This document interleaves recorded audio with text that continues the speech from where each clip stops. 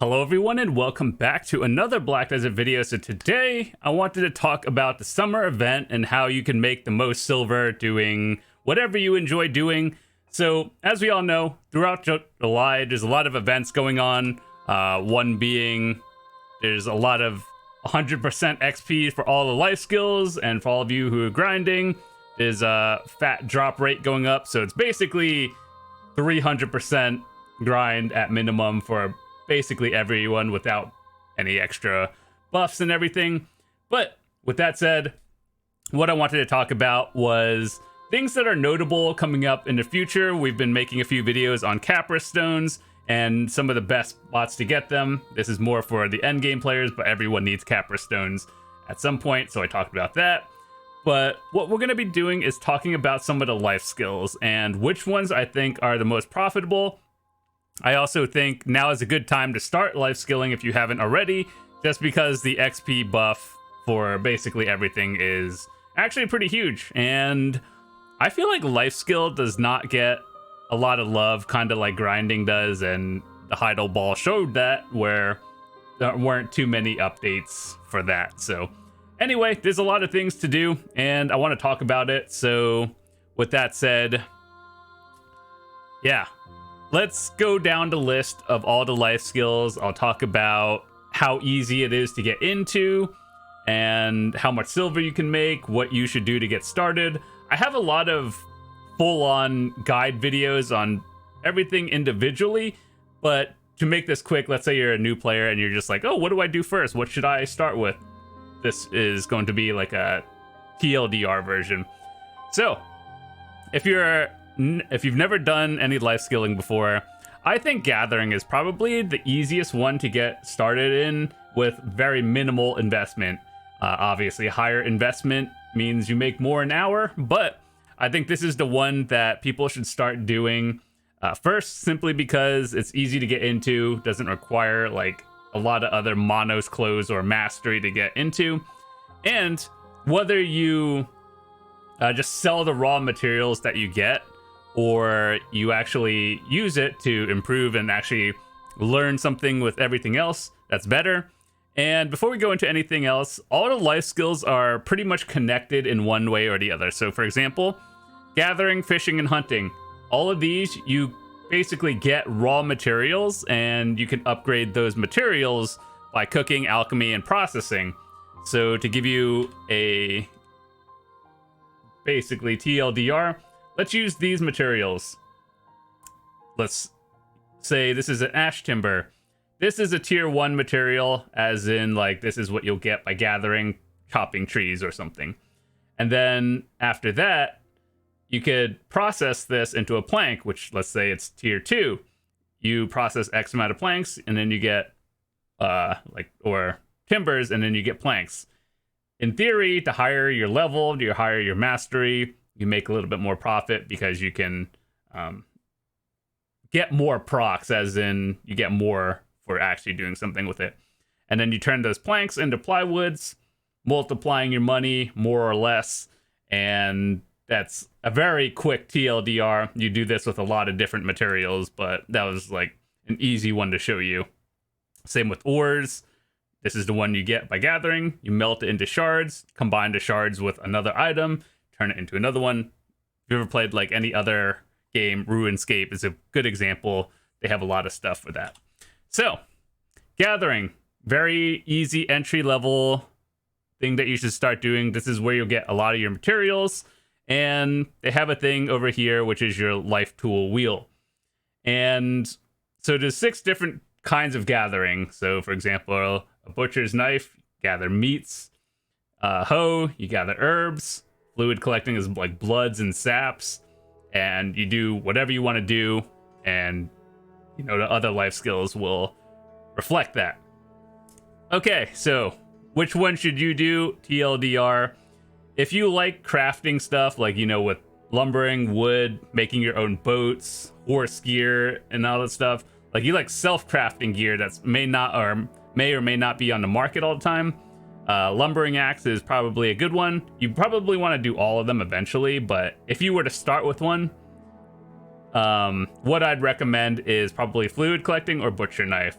If you're strictly going for like silver, these are probably the better ones, Fluid Collector and Butcher Knife. If you want XP, Herb Gathering with the hoe is the way to go. And then if you're looking to make utensils, like you're mining rocks for, you know, upgrades, same with the lumbering. These go together with self-craft. And tanning is for like horse gear and a lot of other things. So in terms of priority, what I would recommend for silver, mostly the Fluid Collector, and then second would be Butcher, and then everything else. We'll talk about the fishing thing in a second. Okay, so next we have fishing. Over the past like 6 months, maybe closer to a year at this point, fishing has been buffed to the point where it's actually really good.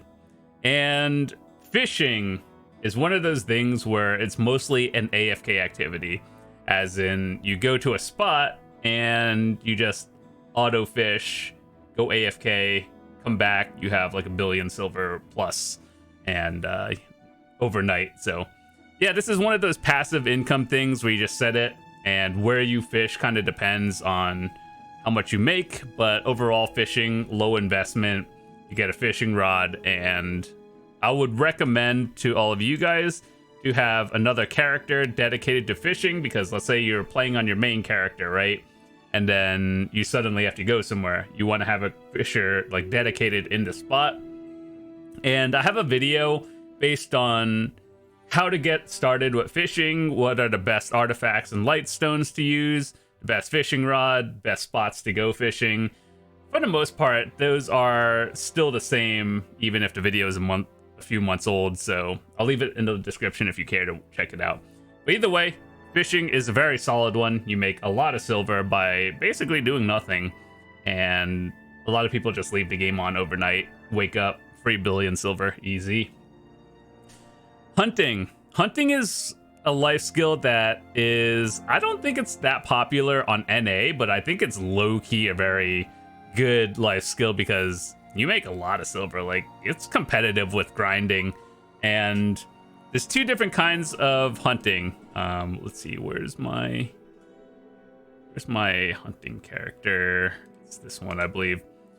So this one, hunting, requires a little bit of an investment before actually starting, because using the higher tier matchlocks, which are the weapons you use to hunt animals and whatever, requires mastery. So it requires a little bit of investment in terms of hunting bag and clothes if you want to be efficient at it early on. But there's 2 different kinds. There's a matchlock, and then there's a sniper rifle. They basically do 2 different things, but it's like 2 different mini games, and let me show you. So down here, there is the field boss down in Odalita, or Odraxia. Down here, it's the Narcion area. This is more for the XP side, because there's just a lot more enemies, but if you're trying to make silver, let me see. Down here is the sniper rifle hunting in Morning Light. This one is for silver, the other one's more for XP, but ultimately it's kind of like playing a different game, and you just make silver hunting. It's kind of like gathering, but with extra steps. It's actually kind of fun. I like doing it, but I'm just, you know, there's a lot of things I like to work on too. So maybe I'll make a video of that, but hunting, very competitive with grinding. It's just it does require a little bit of an investment into it first. So now we have cooking, alchemy, and processing. So these 3 are kind of like what you do after you get the materials from gathering, fishing, hunting, right? So cooking, very standard. If you've ever played another like RPG game or another MMO, it's very standard. You get the materials, you cook it, turn those products into other products, like various meals and everything, and you sell it for profit and you make more silver. So in this game, cooking is kind of complex in terms of, let's say you do Imperial Delivery, you could do that, or there's just a bunch of different recipes for cooking in general, and I could give you an example. Same with alchemy. So if you don't know how to start, just a quick idea. When you rent out a house in this game, you get like cooking tools, alchemy tools, and everything. There's a bunch of recipes over here. You just learn them and cook whatever over time.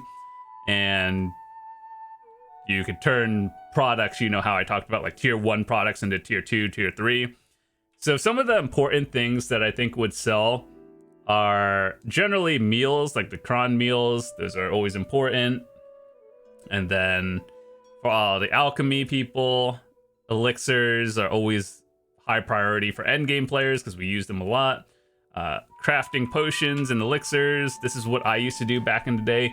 If you get overwhelmed, I can assure you it's not as bad anymore in 2025 as it was, you know, like a couple of years ago. So anyway, there's green elixirs, turn them into blue elixirs, turn those blue elixirs into like harmonies and everything else. So it's a multi-step process, but on the low, cooking and alchemy are actually very high profit if you know what you're doing. However, they are both competitive markets because if everyone does the same thing, suddenly the price of that goes down and, you know, you got to find something to do.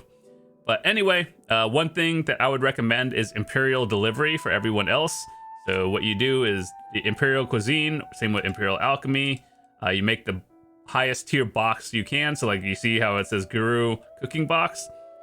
If you are Guru Cooking, you make the Guru boxes. If you're Master Cooking, you make Master boxes.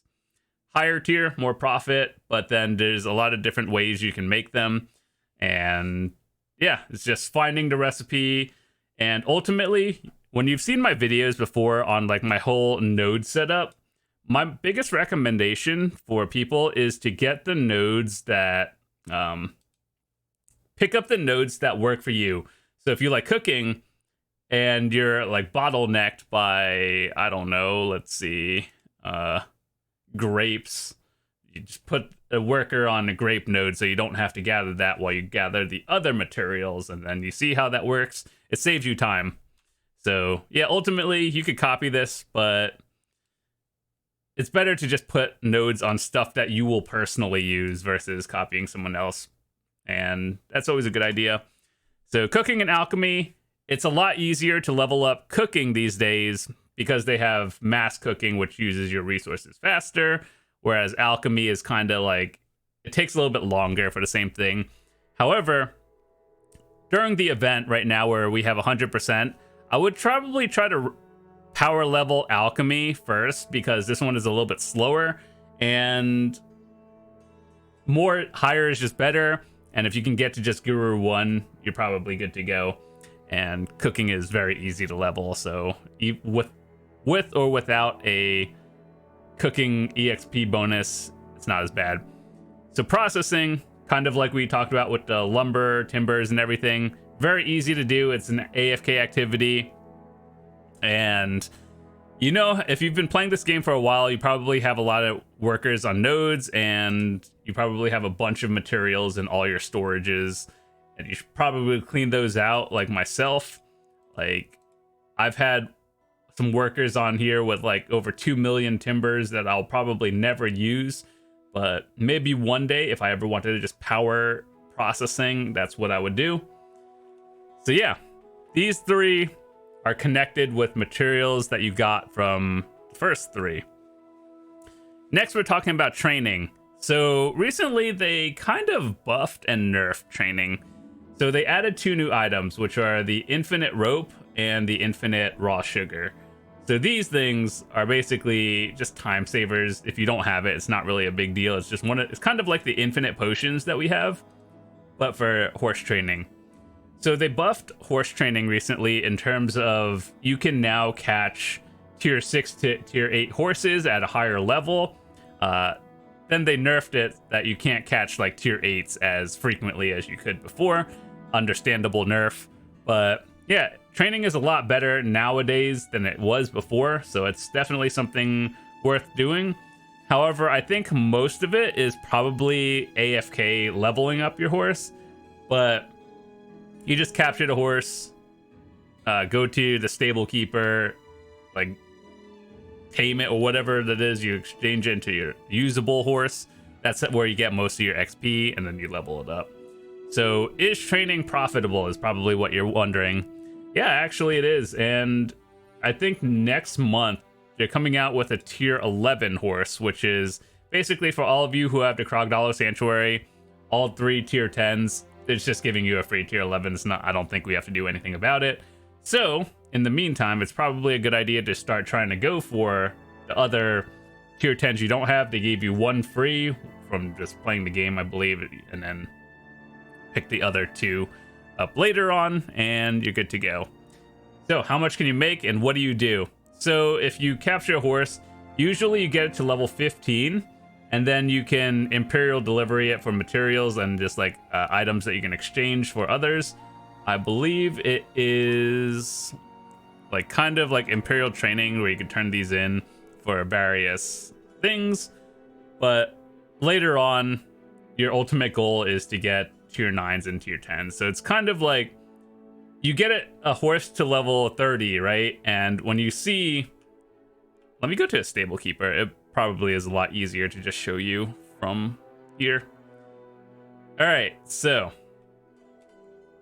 here's what you look at when you go to the horse market.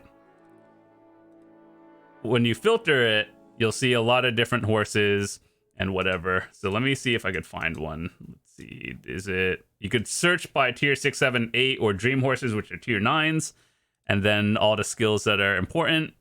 So what I would look at is mostly if there's a golden like horse head symbol. Let me see, are there any for tier 8s or are they all sold out? Chances are they're all sold out. But basically, this is what you look at. If you're trying to buy one, obviously you want to try to buy it at max level and then find the skills you need. And then if you're looking for another one to just level up, you could do this. Oh yeah, here. If you see this golden horse head icon, that means it's like a courser, which means it has a majority of the relevant skills. And then if like a male and female have the courser icon, you could breed them for a tier 9 horse. And so usually if you get the right skills with the horse icon over here, that means they're generally worth more, which is why this tier 7 is worth 500. Whereas like, let me find another one that's leveled up. Yeah, like another tier 7 at literally half the price. That's because the skills are worth it. And then you could look for levels. Usually 15 and up is worth more than below 15. And then I don't think it really matters much nowadays. It's more like even split, but back in the day, there were more like female horses on the market than males, but I think that changed over time. So either way, it's easy to learn, a little bit hard to master. There's a spreadsheet out there with all the different horse like styles, so you can figure that out. Admittedly, training is one of my weakest life skills, but I know the basics on what you should do. All right, trading. Trading is, it kind of fell off. I think they disabled a certain part of trading a while ago, and they were like, we're gonna revamp it and make it better, and it's been like 2 years. So let's talk about what's available and what you could do. So back in the day, there was a trade manager, right? You don't have any trade goods. This is what you would do, right? You would put your trade stuff on, and then you buy them, load it onto your wagon. And the way it works is kind of like, let's say you bought a trade material from Heidel, and then you sold it in Velia. You would get more silver by trading by distance. So what you would do was go from like Grana and then sell everything in Valencia. That's where the profit came in. However, that has yet to be fully revamped, and what we have nowadays is royal workshops, and this is what you should have going. This is one of those things where you kind of just set them to go, and then you check on it every few days to make sure like things are still going, and that's about it. So like, here's what I would do. Connect this to the nearest town, put materials in here, have this set on whatever is happening, and you check back like once a week, and then eventually you sell all those materials that you made and get trading XP. What you could also do is in every town there are like where is it? Is it this one? I don't even remember if I have any trade crate box thingies going on. But either way, you can make trade crates based on raw materials you have. So you can pack like timbers, ores, and so on.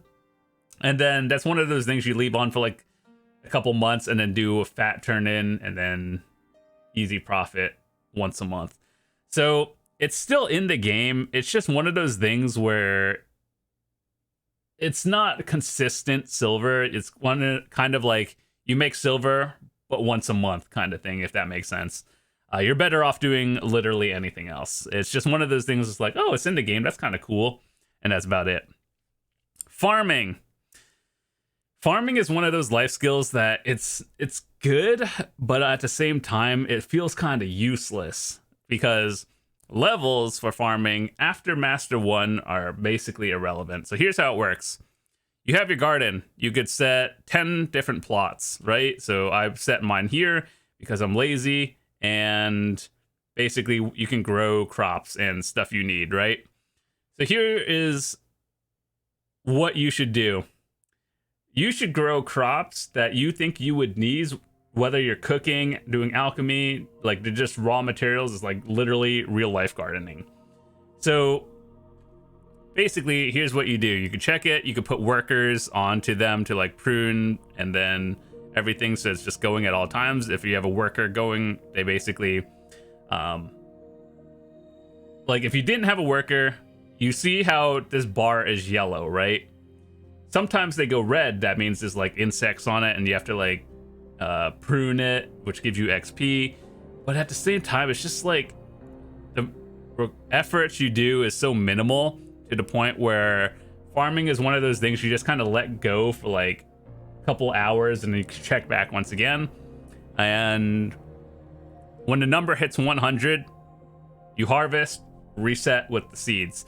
And next week, they're coming out with a seed bag, which can carry a lot, which is such a band-aid fix for anything else to the point where hopefully one day they'll make it relevant again.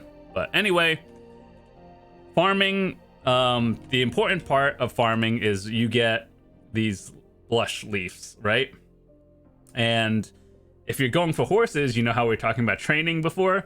You get like stone tail fodder, which allows you to go for tier 9 horses and everything. And if you got all your horses already, you get contribution and farming XP, which is actually really nice. So you know how I talked about cooking and Imperial Delivery? Contribution points factor into that as well. And more contribution XP is always nice to have. So they all work together in one way or the other. It's just farming is kind of irrelevant. It's you use it to get the stuff you need. But aside from that, it's contribution farming. Next, we have sailing. Sailing and bartering are ocean content, and if you are doing this, you're basically playing a different game than everyone else playing Black Desert. So sailing, self-explanatory. You are in the ocean doing various things. The ultimate goal, you know how for PvPers and PvEers, our ultimate goal is to get the best gear. Life skillers have their own sets of gear too. So sailing, you use life skill gear, but also your goal is to get the best boat possible, which nowadays I think it's good that you can just straight up sell the ships on the market, and same with all the gear and everything, and you could just buy it compared to saying you've earned this boat, which you can do as well, but you can just buy it these days.